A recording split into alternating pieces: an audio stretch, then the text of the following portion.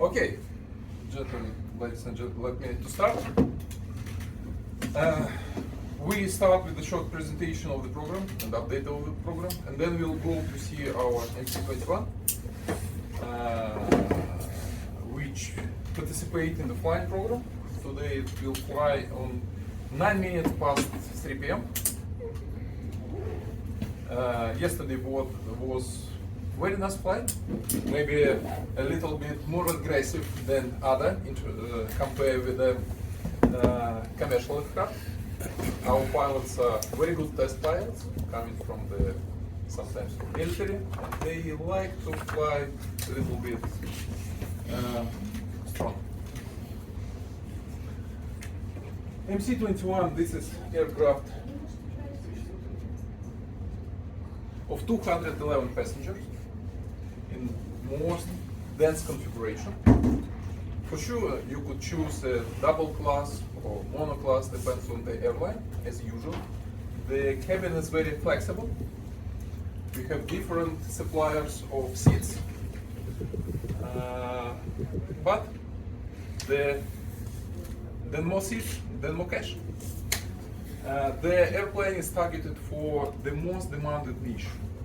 For sure, it was a little bit damaged after the COVID situation, but mid-range in the future we expect to return its popularity, and our forecast that it keep the same potential for the growth, especially taking into consideration that MC21 is bigger than 320 and very close to 321.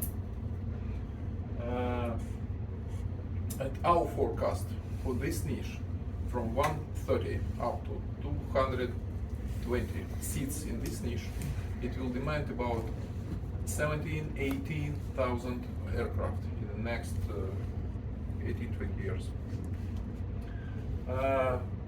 Why MC21 is good? Because of the brilliant aerodynamic, which comes from the old Russian aerodynamic school, with the high aspect ratio wing, which is made by composite. It's look a little bit narrow, and you could remark the airplane in the air. The aspect ratio is the difference between the lens and the chord. It gives you a huge impact, positive impact on aerodynamic. Then we have an option engines of Pratt & Whitney gear turbofan, the same like using on 320 series, or Russian-made PD14 with a similar thrust of 14,000 tons. With PD14, airplane names 310, 300 is Pratt & Whitney. PD14 is installed on this airplane. It shows very well performances while it flew to Dubai, non-stop 5 hours flight, with the fuel consumption of similar that Pratt & Whitney provide. And then we used the up-to-date systems of the airplane, especially in the cabin. Cabin is very protective to the pilots because it helps pilot to fly. Russia is very famous also in flight control system, and many know-hows were integrated in MC21 and protect the pilots from the mistakes. And plus we have the side stick with the full feedback. It means you will show when you touch one side stick, another one is going also. And this allows two pilots to coordinate the actions. When you have passive side sticks, the co-pilot doesn't feel what is doing by captain, and vice versa. Here, you know what do your colleague in the cockpit. You could switch off or connect. The connection is fully electrical. We have the EASA team working for certification, future certification of MC21, and their pilots especially acknowledge this connection, this side stick.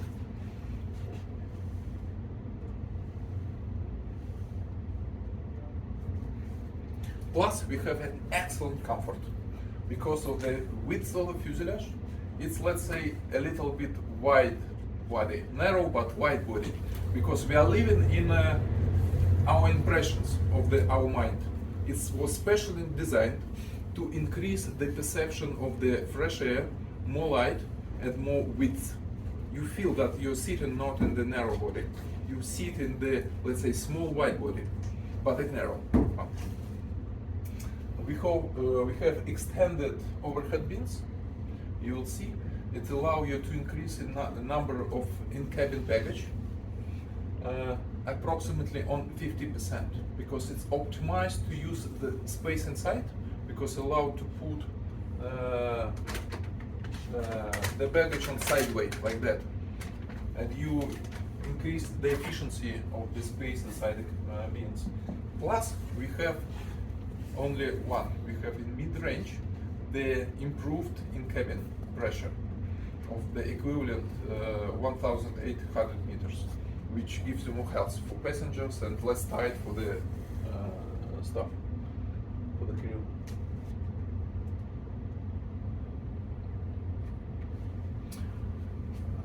The composite materials, we used different ones, and this is the key why we were able to make such high aspect ratio wing.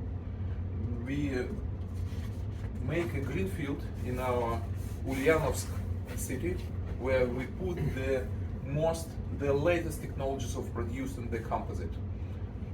We use vacuum infusion technology, which we believe gives a lot of advantages to the airplane. The main task as of today is to finalize to get the Russian certificate and continue to get the EASA certificate in the future. Pratt Whitney engines already certified by Russian and by EASA. Russian-made engines certified by Russian authority. Currently we have 4 aircraft, 4 flying test aircraft and 2 test aircraft for ground tests, plus 1 aircraft who flew here with Russian engine.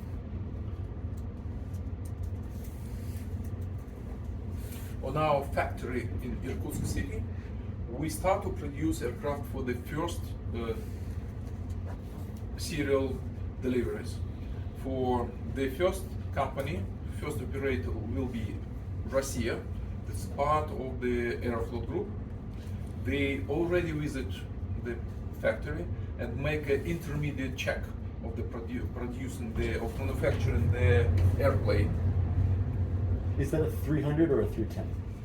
Now it's 300. Okay. Because so Russia will go 300. because the deliveries will start early. Then we will get the Russian certificate for 310. Okay. So Russia will take ordered also 300s. 310. Yeah. Russia will take 300s. 300s Okay. and later on 310. Okay. Who is your first customer Aeroflot? for the 310? It's Aeroflot and Red Wings, Red. both. And we have an order of 35 aircraft with 310, with per engine, and from Aeroflot, and 6 aircraft from Red Wings.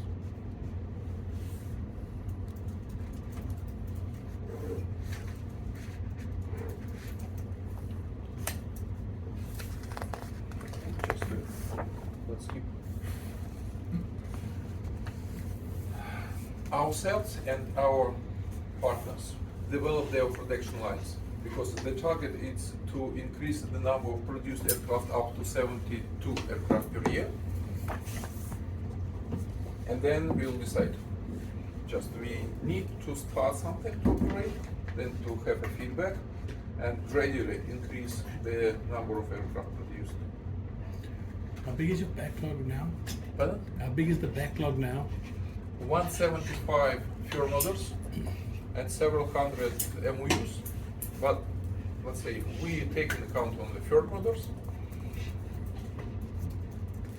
and expect that when we start flying in commercial operation, it will increase, because we believe very much in our aircraft, but it should prove our beliefs in life.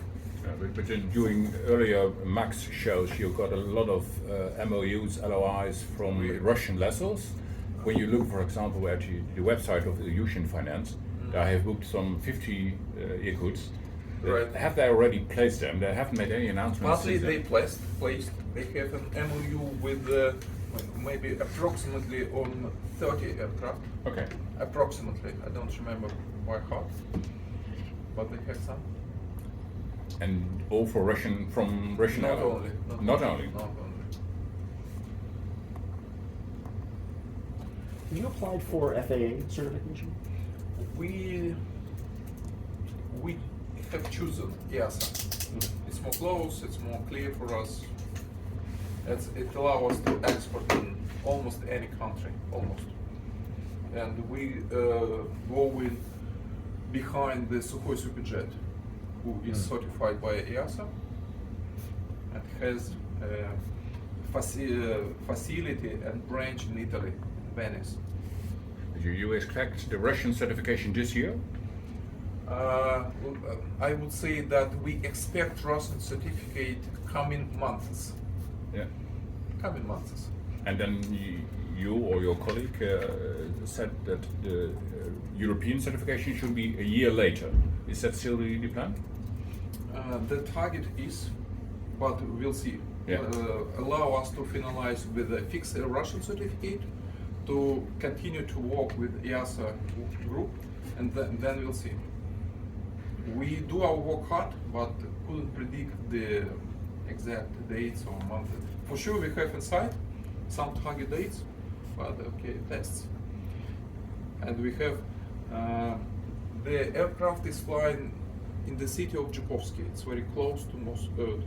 But some years, unfortunately, there is a place very close to the big river, Moscow River, and there is fogs, etc. The weather could be tough a little bit.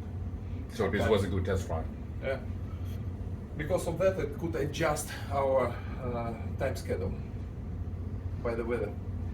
Have you got enough capacity in your composite facility to produce these sort of levels of production? You've had to kind of All this get the whole composite thing up and running very we well. could increase the number of tools. At the moment, the suppliers is target for gradually increase to the numbers. They do not need now to have equipment for 72, but they should have a plan going forward according to our sales, just to save the investment. Sorry.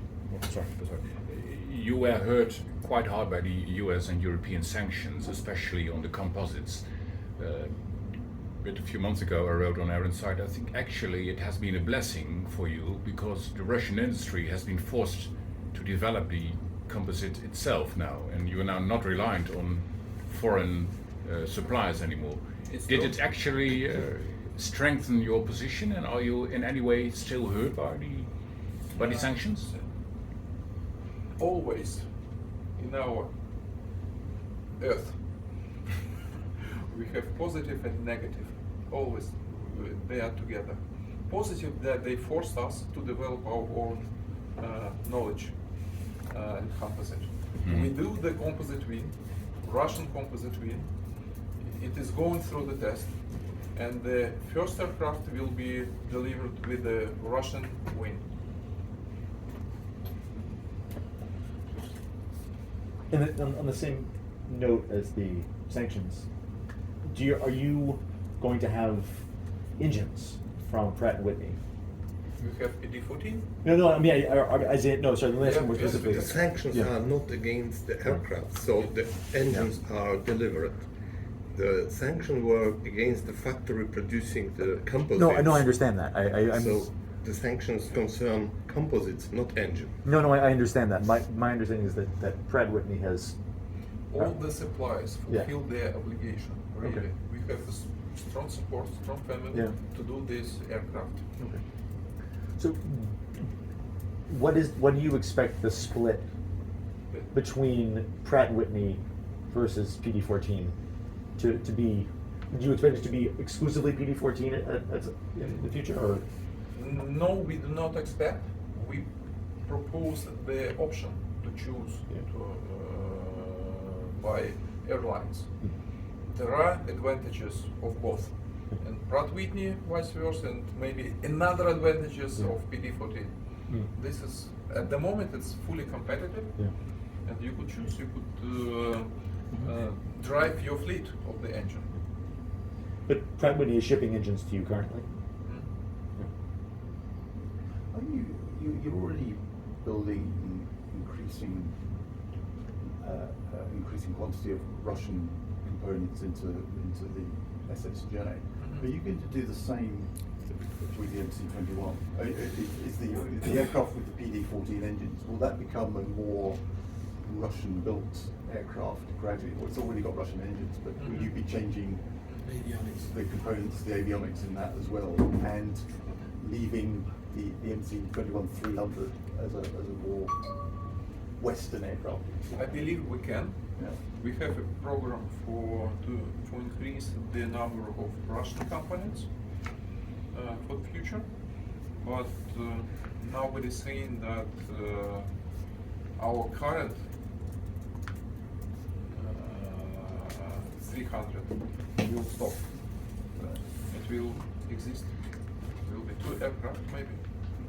But you'll have one effectively built in with more Russian components, and the 300 will carry on being built with. At the international moment, it's components. not clear with the scenario, but we are very open. We're not forbid to use any Russian or any Western company. Just at the moment, it is a choice, and our job to make a more Russian aircraft because it stimulates the macro economy in Russia. Because the leverage of macroeconomy in aviation industry is 1 to 11. It's you pay $1, invest $1 in the system, and at the end you have 11. Do I understand correctly that you said that the Western parts, the Western avionics, will stop eventually, and that you will only do? No, Okay. no, it will continue. Right? Does that complicate things in any way, or is it just like having 2 different suppliers for seats or Well, avionics? But look at the Western producer. They also provide the choice of the companies of the system. We do not differ. Or look at the Chinese C919. 919.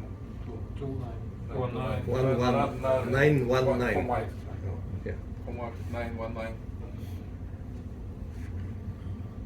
Are you seeing any increased activity from Russian airlines? I mean, certainly the RPK numbers from last summer were well beyond 2019 levels. Are you seeing an increased demand for the aircraft that 175 has the potential to grow for domestic supply? In Russia, domestic is perfect. Yeah. We do not airline. They more forced with the drop of the ticket price, but in terms of the numbers, the huge amount.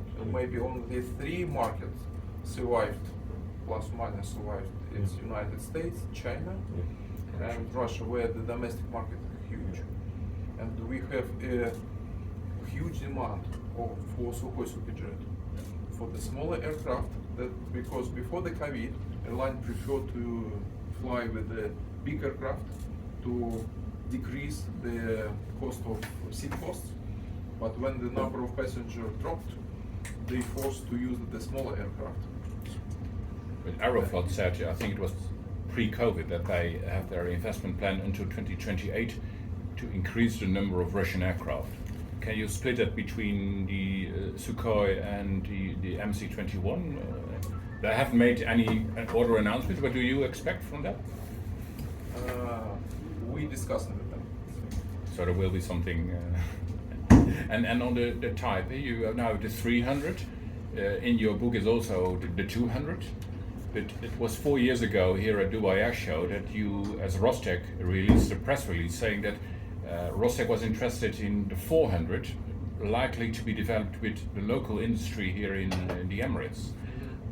I never heard something from that program again. Is it still on the table, or was that just that press release from 4 The years program ago? of MC21-400 is on the table, but inside in UC, and the decision wasn't made to start up the program. But we have many thoughts to develop in the future. And the 200? 200 it's still alive. At the moment there is no orders, but we believe that it will happen obligatory because it's very good for the business jet, Mm-hmm. at least for the business jet, and will give the additional flexibility for the fleet to play with the big and small capacity, and Dash 200 will find a place in the market definitely. Okay, because Airbus said you see the trend of smaller aircraft getting and growing a little bit bigger. Yeah. So you still see the need for the smaller one as well. Yeah. Yeah. And it's smart to have in the fleet different kind of planes. Plus, for example, when we learned how Sukhoi Superjet used by the, let's say, Aeroflot, for example, the big one, they play at the same route.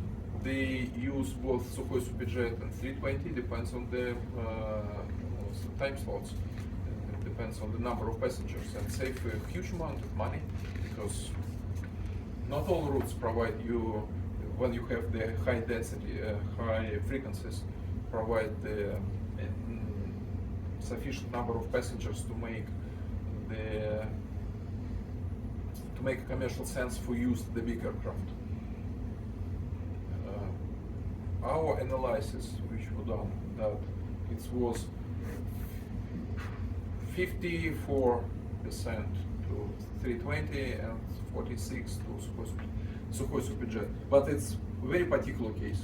It could be expanded to another one. It's just one of the strategies what network legacy air carriers doing. Kirill, a quick question. Obviously, Irkut wants to grow the footprint of the airplane. What about a cargo derivative, and what about a mixed derivative for military use? For cargo, yes. For cargo, yes. We started to develop this option for the future, and we have very good negotiations with the cargo operators. Especially, you saw the boom of cargo with the pandemic situation. We have no plans to use in military. It's not a commercial plane. Why? We have our business in commercial. When would a cargo aircraft be available potentially? When? I'm not quite sure that I'm ready to open the target date, sorry, but it is on the table. Before the end of the decade? Before that? End of the decade? Before 2030? Yeah. If the markets will not react something unpredictable. Where do you see the main hurdles to the other certification? Let us to fix the first Russian one.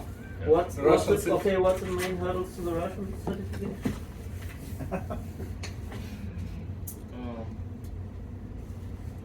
You see that any equipment, we have aircraft very similar like Western one because of the system technologies. We have very good Russian authority, experienced Russian authority certification. We just need to go through the program and finalize it. The same So with the we do not see any unsolved problem. This is usual. But do you expect the other to be more strict, or will it get a tougher process for you? No, we do not expect. Certification is going through the procedures. All the procedures are very tough. Russian also. How keen are you on getting foreign customers, or are you happy with the Russian base? For sure, we are open and will be very happy to have an international client, for And, sure. and which regions do you think are the most interested? But the reality, for sure, we should gain the trust of the customers. And every manufacturer started with the, let's say, domestic or loyal market, where the customer support infrastructure exists, where you speaking with the same language, with the same mind, and entry to servers definitely will be smoother in Russia than outside. It's natural that you start with something. Isn't that holding back? Next door? Isn't that holding back foreign orders, that you at the moment don't have the foreign infrastructure to support the aircraft, and that was an issue with the Sukhoi? MC-21 not, but for Sukhoi we have some. For sure, it's tied to the geography where the aircraft is operating. It's not reasonable to set up the MRO stations or training centers in the areas where the aircraft will not fly. No. What? I think it was a year or so ago that Stephen Utfahezi of Ali's companies said, I like the idea of the COMAC, I like the Irkut, but their problem will be the support, the technical support. How can they guarantee that their aircraft, when you have an issue with it and it's at a remote airport, how can you guarantee that you have technical support for that? How will you respond to this problem? Frankly, the most sharp question was the price that we wanted. We could deliver and extend the customer support. Sukhoi Superjet shows the very good improvement, and the aircraft is flying extremely well. When it is supervised well, let's say, because this is the technologies, business process inside the airline. But flying like Western regional aircraft, maybe in Russia some went better. We have very good numbers, and we have the technologies to develop the customer support. But the aircraft price should give you should remain the reasonability to develop the customer support.